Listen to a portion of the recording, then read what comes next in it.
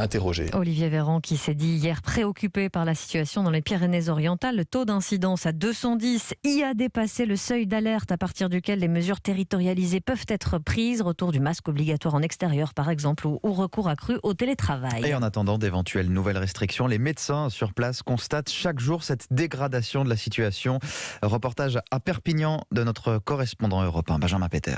Ça repart très très nettement. Oui. Dans son cabinet, le docteur Sylvain Pavageau le constate. Il revoit des cas de Covid et dans le centre de vaccination Foch du centre-ville qu'il coordonne, beaucoup de patients viennent par crainte d'une reprise épidémique. On a des personnes qui disent « j'hésitais, effectivement, quand je vois le taux des chiffres qui augmentent, maintenant j'hésite plus ». Le variant Delta est beaucoup plus contagieux, il est arrivé par le sud. Forcément, dans une région comme ça qui vit du tourisme, on a un brassage de population important. Et puis on constate quand même une diminution des gestes barrières importantes. Le docteur Patrick Josa, lui, s'occupe notamment de la maison médicale. Lui aussi voit réapparaître des cas qu'il ne traitait plus depuis plusieurs semaines. Jusqu'à présent, c'était 0 consulte. Là, hier, on a eu sur 200, on a dû avoir une vingtaine ou 25 consultations suspectes de Covid et des cas avérés de Covid, une dizaine. Ça touche surtout des jeunes adultes, des adolescents. Tout le monde pensait que c'était terminé et puis non, voilà. Alors pour le moment, pas de répercussions sur les hospitalisations, pas de cas graves, mais la préfecture et l'ARS ont organisé des dépistages sur la plage ou des centres de vaccination éphémères.